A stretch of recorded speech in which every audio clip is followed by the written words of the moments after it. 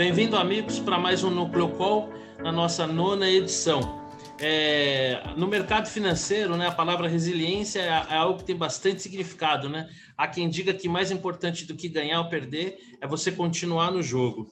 E se a gente olha no dicionário, quer dizer a palavra resiliência, quer dizer o seguinte: capacidade de se adaptar às mudanças. Eu acho que poucas casas se adequam tanto a isso quanto a Gap. A Gap está no mercado desde 1996 e, ao longo do tempo, uma característica dela é vir se adaptando às mudanças do cenário econômico. Por conta disso, não por acaso, seu principal veículo aí acumula uma rentabilidade bastante significativa. E hoje nós vamos ter o privilégio, né, de falar com o seu sócio fundador, que é o Renato Junqueira, e que a gente recebe aqui, para nós, um grande privilégio. Renato, muito obrigado aí pela sua disponibilidade. A gente sabe que quem tem esse tipo de responsabilidade com você, não é muito fácil encontrar uma brecha na agenda, ainda mais nos dias que vivemos, né? Então, muito obrigado aí pela sua disponibilidade. Marcelo, eu que agradeço pela oportunidade de falar um pouco aqui da Gap, né? E, enfim, pelo convite. Tá? Olha, nós temos aqui como força do hábito, até para que o nosso público saiba quem são os nossos entrevistados, fazer uma pergunta aí, que você apresentasse assim brevemente sua trajetória profissional. Então, por gentileza aí. Tá bom. Nos fale um pouco da estrada que você percorreu, que te trouxe até aqui. Vamos lá. Bom, eu sou o Renato Junqueira, né? Como o Marcelo falou, sou fundador da Gap. Eu sou carioca, tenho 52 anos. Você é carioca? Você sabe? Sabe que pelo sotaque não dava para perceber, hein? Eu tento disfarçar. Vamos lá. Enfim, eu sou formado em Economia pela PUC do Rio. Entrei no mercado em 89. No começo da minha carreira, eu fazia projeção de inflação, que naquela época era um big deal, né? Porque a gente vivia período de hiperinflação. Então, acho que era o grande tema, né, do Brasil. Eu fui sócio no Banco Sindan, tocava a mesa de taxa de juros até 96. E em 96 eu saí para fundar a Gap. Enfim, acho que a minha história de lá para cá meio que se confunde com a Gap, né? A gente foi pioneiro aí nesse mercado de assets independentes. Legal. Deixa eu te falar uma coisa. A Gap é uma casa super tradicional, né? Vocês têm mais de 20 anos de história aí, como você acabou de falar. Vocês tiveram alguns ciclos ao longo do tempo no histórico de vocês. E não por acaso, o principal fundo de vocês acumula um resultado bastante significativo. Queria que você falasse um pouco desses ciclos da casa e desse produto aí que vem com esse histórico tão longo, de tanto sucesso e tão raro no mercado.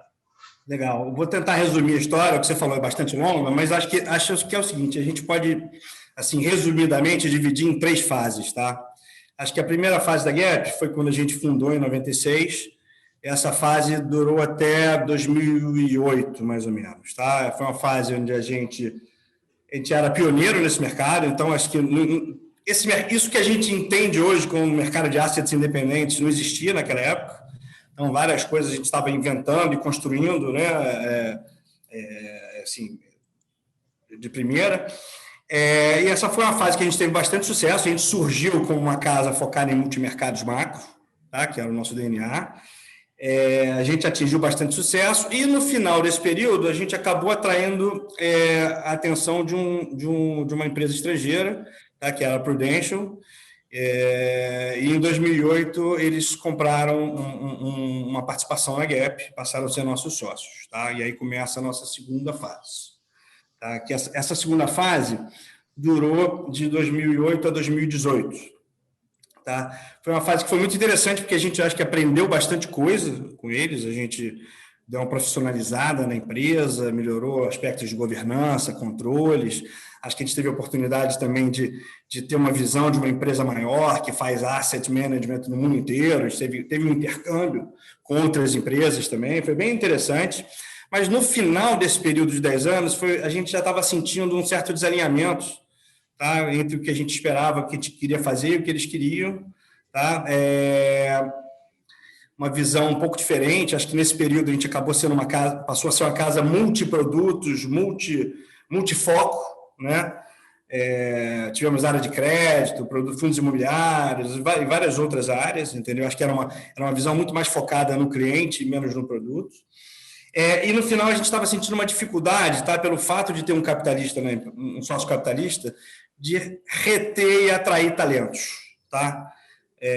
Eu acho que é meio clichê o que eu vou falar, quer dizer, esse negócio é um negócio de pessoas, a gente precisa, a gente vende, né, uma capacidade de gerar uma performance de longo prazo, e para você conseguir fazer isso no tempo, você tem que ter um alinhamento assim, bastante grande e um exercício de meritocracia constante, né, para as pessoas estarem sempre animadas e conseguindo entregar o extra mile. Então, no final desse período da Prudential, a gente estava sentindo essa dificuldade. Acabou que a gente resolveu, de comum acordo, encerrar essa parceria, durou um tempo essa negociação. Em 2018, a gente conseguiu completar esse processo. Tá? E aí entramos nessa fase que a gente está atual, que eu acho que é uma das fases assim, mais vibrantes da Gap. Tá? Por quê? Porque, primeiro, a gente resolveu olhar para trás, né, e olhar para tudo que incomodava a gente no período que a gente tinha sócio da Prudential, vamos consertar e vamos recriar uma estrutura que fomente essa questão da meritocracia e esse alinhamento das pessoas. Né? Então, não vamos poder... Todos os sócios têm que ser executivos, né? As ações têm que ter fluidez entre os sócios para que elas possam ser ajustadas a cada ano, para as pessoas que são mais importantes terem a participação que reflita isso. Né? Isso, em algum momento, a gente não conseguiu fazer lá atrás. E a gente também resolveu voltar às origens e focar no nosso DNA, na nossa estratégia original, que é o multimercado macro. Tá? Então, quer dizer, hoje, a Gap de 2018 para cá, a gente tem uma estratégia só, que é a estratégia do Gap Absoluto. Tá? A gente diz que é o seguinte, agora é uma estratégia focada no produto. Tá? Então, a nossa missão é ter o melhor produto que a gente puder entregar para os nossos clientes. Tá? Não quer dizer que a gente não vá continuar desenvolvendo estratégias novas, vantagens comparativas novas, porque isso é um processo constante, né? É o que você falou, né? Resiliência, adaptabilidade. A gente está aqui desde 96 e não é a mesma coisa do que era. Hoje não é a mesma coisa que era em 96. A gente foi se reinventando ao longo do caminho. O que já não se viu nessa caminhada, né? Exatamente. Então, a gente continua fazendo isso, mas focado num produto só. Entendeu? E é um produto muito interessante, porque a gente traz uma experiência muito grande, tá? Que na verdade, eu e o Oscar Camargo, que é meu sócio, nós somos os CIOs desse produto, então a gente é responsável pela maior parte da gestão dele. Tanto eu como ele temos perto de 30 anos de experiência fazendo gestão, tanto em bancos como em fundos. E acho que uma coisa legal, que é um ponto forte também, é que desde 2001 a gente faz isso junto na Gap. Então, quer dizer, essa estratégia que a gente tem é uma estratégia bastante provada, já foi bastante exposta, né, a diversas crises, né, praticamente todas essas crises que a gente se refere hoje em dia, quando a gente vai comparar um momento atual com um momento no passado, a gente busca, né, informações em crises passadas, a gente viveu essas crises já fazendo gestão, e a maior parte delas a gente viveu juntos fazendo gestão na Gap. Então, é uma estratégia bastante testada. Isso acho que são um dos pontos fortes que a gente tem. E a gente, nesse novo momento, o que a gente fez? Quer dizer, quando a gente recomprou as ações da Prudential, a gente partiu para redistribuir essas ações na equipe que a gente já tinha e fazer um reforço na equipe de gestão de 2018 para cá. Primeiro, a gente trouxe uma equipe para ajudar a gente na área internacional, que a gente achava que era uma área onde a gente ia conseguir explorar mais rápido as sinergias da nossa estratégia, já que é mais forte em Brasil, já era testada, a gente ia conseguir tentar replicar essa estratégia nessa área internacional. A gente tem feito isso com sucesso. Hoje em dia, nos últimos 2 anos, a gente teve vários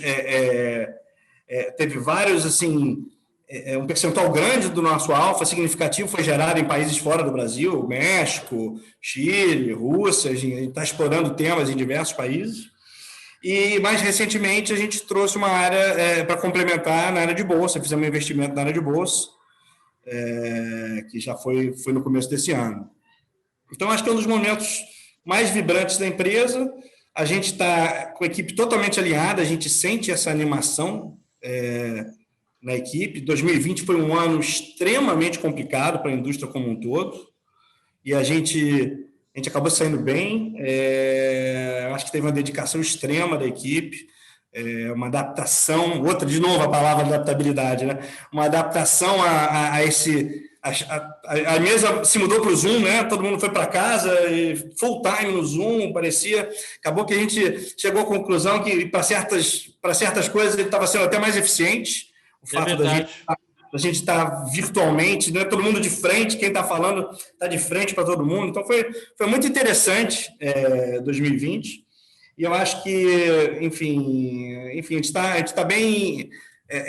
bem animado e bem assim certo que estamos no caminho certo, assim, que as mudanças foram mudanças corretas, né? A receptividade dos clientes tem sido muito boa, né? Quando a gente anunciou, a gente já tinha sempre um questionamento, né, sobre o fato da gente ter um capitalista, né,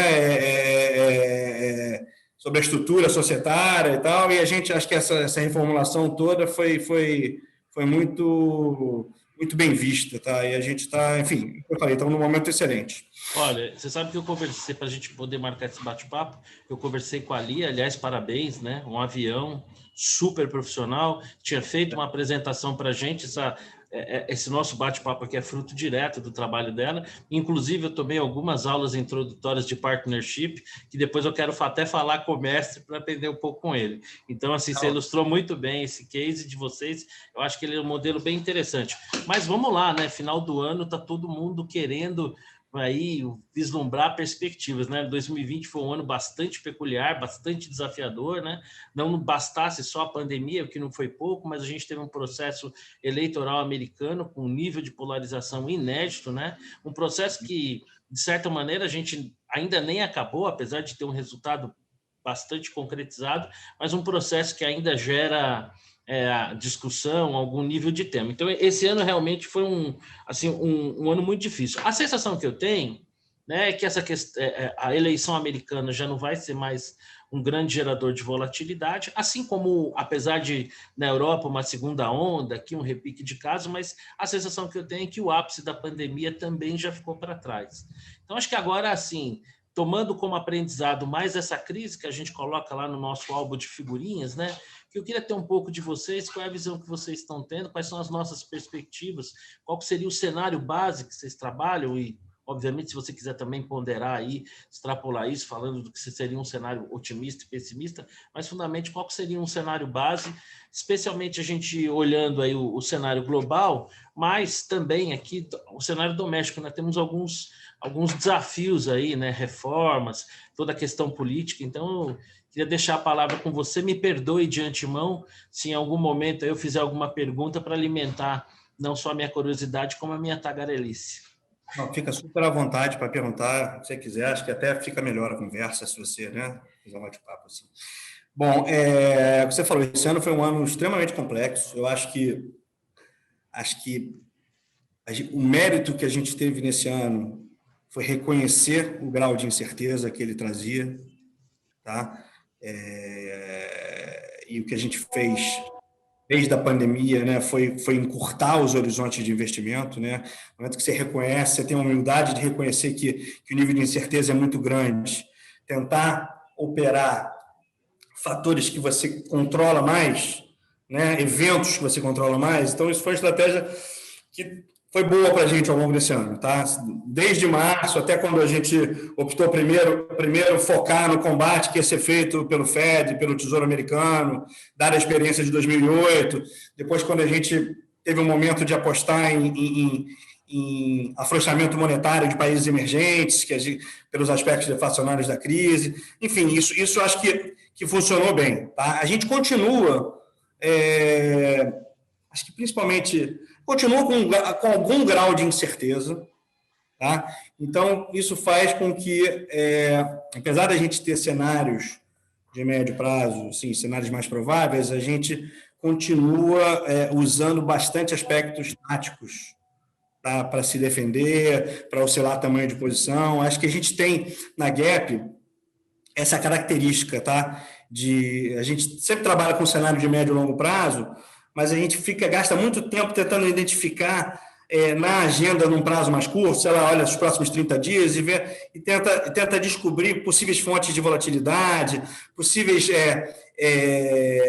triggers até para posições que a gente tem darem mais certo, ou coisas que podem, né, podem andar a favor ou contra. A gente fica investigando essa coisa na agenda e tentando dimensionar a posição de acordo com o que a gente espera que pode acontecer e com os riscos que a gente vislumbra, né?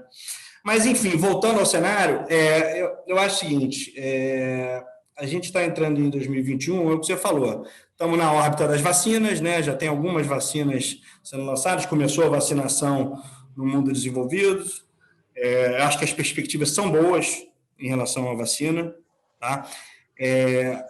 A gente tem uma expectativa, tá? Isso praticamente, eu pessoalmente acho que no momento que começar a vacinar, isso vai ser mais rápido do que o mercado espera. Na verdade, você não precisa vacinar todo mundo. Você vacinar os 20% mais frágeis da população, o problema praticamente está resolvido já. Não que você não vai continuar vacinando, mas a questão das mortes e casos gravíssimos e tal vai diminuir de uma maneira assim radical. Sim, né? Então, eu acho que, falando de Estados Unidos, assim, isso vai ser muito mais rápido do que a gente pensa. Tá? Em relação ao Brasil, acho que a grande questão que a gente tem continua sendo a mesma questão que acompanhou a gente ao longo desse segundo semestre aí, né? O Brasil foi um país que já entrou nessa pandemia numa situação fiscal delicada. A gente estava até numa situação que a gente estava evoluindo, né? O Brasil estava com juro baixo, estava começando a crescer e tal, mas no pós-pandemia a gente gastou mais do que praticamente todo mundo emergente. E já saindo de um nível de dívida muito alto. Então, acho que a questão fiscal vai continuar sendo o fator que mais vai influenciar os ativos aqui no Brasil. Tá? Somado a isso, a questão das vacinas. Né? Qual vai ser, essa é a grande discussão agora, no mundo emergente, qual vai ser, a gente está enxergando o mundo desenvolvido começar, né, as campanhas de vacinação, e isso vai ser mais rápido. Então, uma das questões agora que estão surgindo é como é que vai ser a velocidade de vacinação nos países em desenvolvimento. Então, o Brasil, você vê, a gente está num momento da pandemia que os casos estão aumentando aqui forte, né? As mortes estão aumentando e tal. Então quer dizer, a gente está meio espremido entre esse aumento de casos, a perspectiva de vacinar que a gente não sabe quando começa, e meio que um esgotamento da capacidade fiscal e monetária, né? Porque a gente não tem mais muito espaço para fazer estímulo monetário, baixar o juro na margem, e acho muito difícil fazer um fiscal. Óbvio que, enfim, se a vacina não funciona e não sei o quê, e a pandemia explode, não vai ter jeito, mas vai ser muito ruim, tá? Para preço de ativo, a gente tem que fazer uma extensão do auxílio emergencial, uma coisa assim. O nosso cenário base é até que isso não aconteça, tá? Então, quer dizer, a gente enxerga nos ativos brasileiros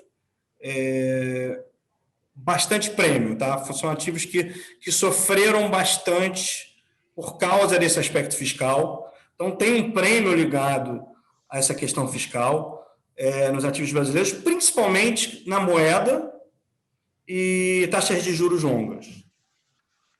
Tá? Particularmente, eu gosto muito da moeda. Tá? Eu acho que se a gente conseguir manter, virar o ano e realmente não estender o auxílio emergencial, manter uma postura fiscal relativamente comportada, nossa moeda ela depreciou, sei lá, 20% mais do que o segundo pior emergente. A gente não tem uma situação muito pior que a África do Sul e a nossa moeda está bem atrás. Então, a gente teria um espaço aí para comer um pouco desse prêmio. Eu acho que teria um espaço para o real dar uma boa valorizada no cenário desses, tá? Que seria o cenário base. Tá? Do lado global, o que a gente tem focado mais em apostas para tentar se beneficiar de uma surpresa em relação à velocidade dessa vacinação e dos efeitos da recuperação que vai vir por causa dessa vacinação. Tá? Então, a gente gosta muito, a gente tem uma posição que é um tomado numa inclinação de taxa de juro americano. Tá? A gente é comprado na taxa do primeiro trimestre de 2024 e vendido, aplicado na taxa do primeiro trimestre de 2022. Tá? Basicamente, essas taxas têm praticamente nenhuma alta de juros embutida. Tá? Você tem um cenário aí, onde você tem uma situação onde o Fed está fazendo questão de ser extremamente dovish, né? Quer dizer, eles mudaram até o framework de política monetária deles, né? Dizendo que eles vão ter que esperar a inflação de fato surgir, a inflação corrente. Isso foi uma mudança importantíssima que a gente teve nesse segundo semestre, né? Porque a gente vive num mundo de inflation targeting, né? O que é inflation targeting? Inflation targeting, basicamente, os bancos centrais têm modelos de previsão de inflação e quando eles jogam os dados lá, quando esses modelos apontam para uma inflação meio que subindo acima da meta, eles vão lá, ajustam né, a política monetária para fazer essa inflação convergir no tempo. Só que o que ele fez, falou, olha, o meu modelo tem um viés, então eu não confio nele, eu passei 10 anos aí, não consegui entregar essa inflação, vou ter que esperar essa inflação aparecer, né, vou ter que arriscar rodar a economia superaquecida, porque essa inflação não vem e eu só vou acreditar no momento que ela vier e ficar por um tempo. Então, isso foi uma informação importantíssima, né? Então, eles vão tentar fazer essa inflação surgir. Só que eu acho que essa crise é uma crise um pouco diferente das crises anteriores, né? Se você pegar 2008, uma crise que veio de um over-leverage, né? Você tinha uma má alocação de recursos, setor imobiliário nos Estados Unidos, né? Um castelo de carta no setor de crédito imobiliário e tal, e quando isso explodiu, você gerou uma situação que você tem que ficar anos fazendo a desalavancagem dos balanços, né? Agora, essa crise é mais por um desastre natural, né? A economia estava razoavelmente bem, de repente você teve um tsunami aí, né? No subprime você tinha culpados, né? O que, de certa maneira, até retardou um pouco a intervenção governamental, porque havia uma certa má vontade, né? Alguém pariu aquela criança, né? Alguém operou mal, né? Enquanto que aqui é mais, vamos dizer assim, um ato de Deus, vamos dizer assim, né? Uma coisa da natureza, o que também, de alguma maneira, despertou uma maior boa vontade para que os governos agissem com a intensidade em que agiram, né? Exatamente. Só que isso, provavelmente, a minha percepção é de que no momento que a vacina começa a roll out, né, nos países desenvolvidos, e o risco, né, aquela história que a gente estava falando, você vacinou 20% da população, pessoal mais idoso e com comorbidade, o grau de morbidade disso aí vai diminuir praticamente a zero. Sem dúvida. Né? Os protocolos de tratamento já melhoraram e tal. Então, o problema já meio que deixa de existir em 2, 3 meses. Sim, sem dúvida. De vacinação nos países desenvolvidos. Óbvio que emergente... Você já tem algum nível de imunidade das próprias pessoas também que contraíram o vírus, né? Também. Sintomática e assintomaticamente. Também. Então, eu acho que isso pode ser mais rápido, tá?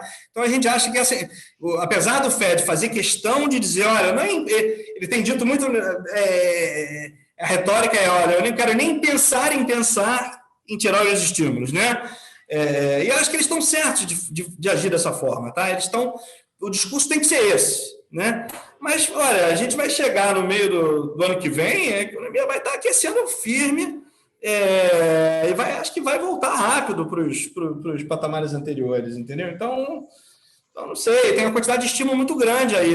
Não que eu acho que ele vai subir o juro no ano que vem, não é isso. Mas o mercado vai começar a trazer para mais perto essa probabilidade de normalização, né? No fundo, é tudo uma distribuição de probabilidade que fica embutida nos preços, né? Então, isso o pessoal vai trazer isso para um pouco mais perto, entendeu? Então, acho que essa aposta de inclinação é bem assimétrica a nosso favor. A gente gosta também de uma aposta lá fora, de ações de valor contra ações de crescimento, que, no fundo, é muito parecida com essa aposta de juros também, tá? As ações de crescimento são as que mais se beneficiam dessa política monetária extremamente frouxa, né? Como se fosse um título de renda fixa com duration maior, né? Então, ele é mais sensível à taxa de juros. Eu acho que, à medida que a economia começa a voltar ao normal... E elas outperformarem em grande escala as ações de valor. Tudo bem que isso tem uma tendência meio secular disso acontecer, você tem visto isso acontecer muito tempo. Algumas dessas ações, né, são disruptivas e tal, então você vê isso acontecendo há muito tempo, mas eu acho que acelerou muito com essa pandemia, eu acho que está muito amassado, isso aí pode ter uma volta pelo menos um retorno à média, uma reversão à média aí dessa relação, entendeu? Então, a gente gosta também desse tema aí, entendeu? Lá fora, globalmente, a gente gosta dessa... gostamos também da moeda da China, eu acho que é um case de carrego, eles estão com juro relativamente mais alto que os Estados Unidos, crescimento melhor, a China tá se inserindo no mercado de bonds internacional também, está tendo um fluxo relativamente grande para esse mercado de bonds lá, então acho que isso é uma tendência também dessa moeda ser uma moeda boa de carregar aí e ganhando um pouco devagar, ela é meio controlada, né, mas de ganhando preço assim paulatinamente quanto o dólar. Entendeu? Eu nunca parei para checar esses números, mas eu cheguei a ouvir aí no mercado dizer que o somatório desses incentivos governamentais se assemelha muito ao esforço que foi feito no pós-guerra, né? E que naquela ocasião nós tivemos ali um ciclo de crescimento de 15 anos, né? Um crescimento vigoroso. Claro que eu acho que muito disso está em função da própria destruição que a guerra trouxe. Mas, de certa maneira, você acha que é plausível esse tipo de paralelo, no sentido de que esse incentivo foi de tal ordem que ele pode dar um tranco na economia e nos trazer um ciclo de crescimento global bastante duradouro? Olha, pode ser. Eu acho que teve um aspecto de produtividade aí que teve aquela história, né? O fato da gente ter ido para home office, a parte tecnológica, né? Você teve um salto aí, né? Ganhou-se vários anos ao longo de 2020 na questão de uso de tecnologia. Olha só, eu acho que a gente pode sim vir ter um ciclo de crescimento maior, mas eu acho que mais na frente, quer dizer, isso não é uma questão para agora, nós vamos ter questões também que vão ter que ser olhadas. O nível de endividamento aumentou muito, né?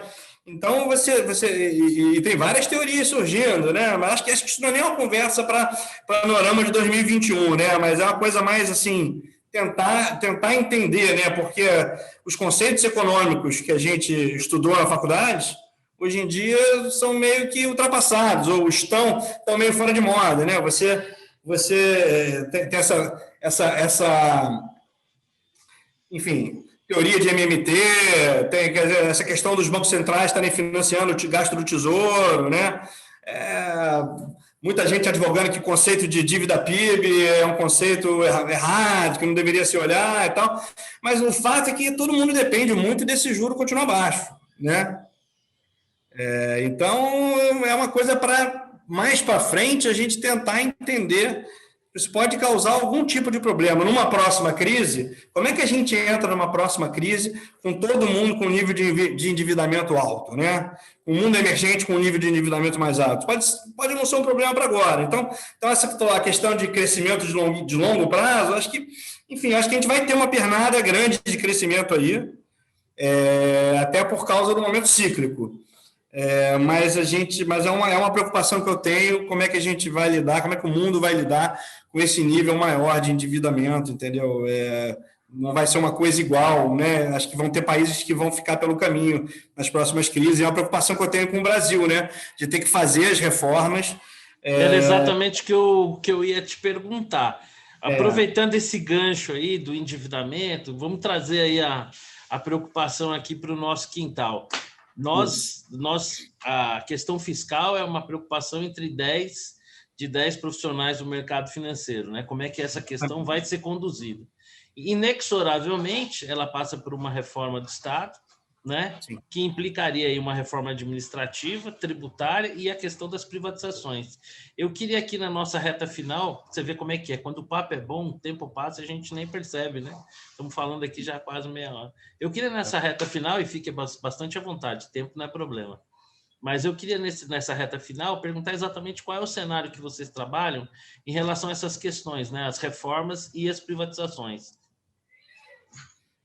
Olha, Marcelo, para ser não sincero... Não é uma pergunta simples em se tratando de Brasil, né? A minha visão, a minha perspectiva, ela é otimista no sentido de... eu não acho que o governo vai fazer uma loucura do ponto de vista fiscal, tá?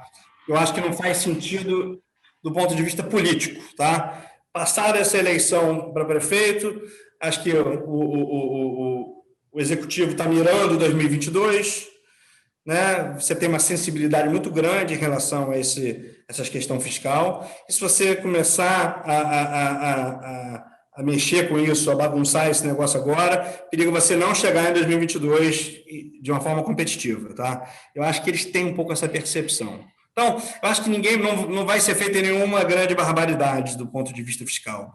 Agora, preocupa um pouco, pelo outro lado, o apetite para fazer reforma no governo, né? Porque é engraçado, quando o Bolsonaro assumiu, a gente sempre criticava, né? Você gosta de fazer política de forma diferente, você não vai conseguir fazer nada, né? Porque você precisa fazer política com o Congresso, e o Brasil, de certa forma, se você não governa com o Congresso, você não governa, porque tudo tem que passar por lá, não é um parlamentarismo, mas você precisa, né? E aí, hoje, quer dizer, você vê o presidente, finalmente, né? O presidente, acho que na carona do auxílio emergencial, ele tem popularidade. Ele, por um motivo ou por outro, ele teve que se aproximar do Congresso e criar uma base. Então, ele se aproximou do Centrão e hoje ele tem condição de aprovar a agenda que ele quiser, tá? Na parte econômica, principalmente, tá? Mas a gente vê uma certa hesitação, né, em abordar temas mais cabeludos, mais polêmicos, né? Então, é sempre uma coisa meio agora eu acho que ele tem condição, mas eu quero ver o presidente, se ele quiser botar, se o presidente quiser empenhar o prestígio que ele conquistou, né, de popularidade, o cacife político, para aprovar uma agenda de reformas um pouco mais ambiciosa, eu acho que ele consegue.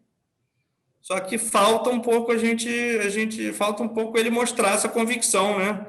Que isso é o caminho, né? Talvez, não sei, não tenha, entendeu? Então, ele fica sempre meio entendeu? Ele não deixa desandar, mas também o negócio não desanda, também o negócio não deslancha para o positivo, né? Então, é uma coisa que me deixa um pouco meio assim, sei lá, já me decepcionei muito em relação a reformas. A gente vê muita reforma de menor porte sendo passada. Isso é até bom, né? De mais micros, né? Lei do gás, falências, e tem uma agenda de coisas aí para serem passadas que eu acho que vão acabar sendo passadas e são muito positivas. Mas essas reformas mais ambiciosas, administrativa, né? Os gatilhos para o ano que vem, eles nem são necessários, né? Porque, de certa forma, eles já estão em place, né? Você já limitou o reajuste de funcionalismo e tal para 2021.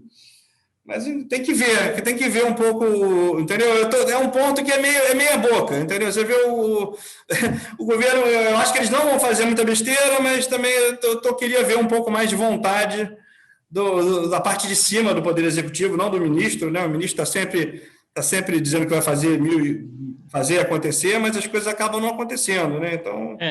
parece que nós estamos diante daquela recorrente, né, histórico embate, né, entre a vontade de fazer e as forças políticas que precisam ser enfrentadas para que essas reformas avancem. A sensação que eu tenho, né, apesar de que o entrevistado aqui é você, mas a sensação que eu tenho é que tem uma linha fronteiriça ali, até onde eu posso ir sem que isso gere muito desgaste e possa comprometer a reeleição, né? Então, vou fazer...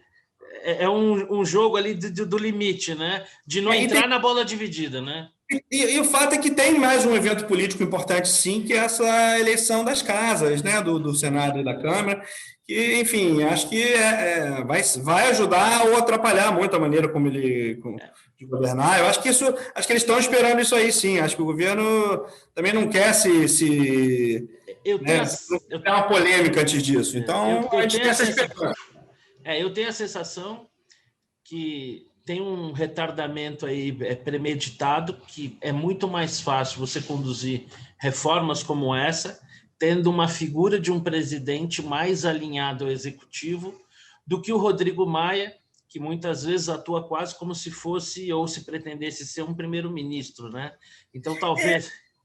Eu acho que o Maia, ele tinha um alinhamento com algumas questões econômicas e ajudou nisso aí, mas é o que a gente sabe, no final de 2021, o Maia é oposição. Quando começar a campanha presidencial, o Maia não vai ser alinhado com o Bolsonaro, né? Então é uma coisa meio que... Valorizando...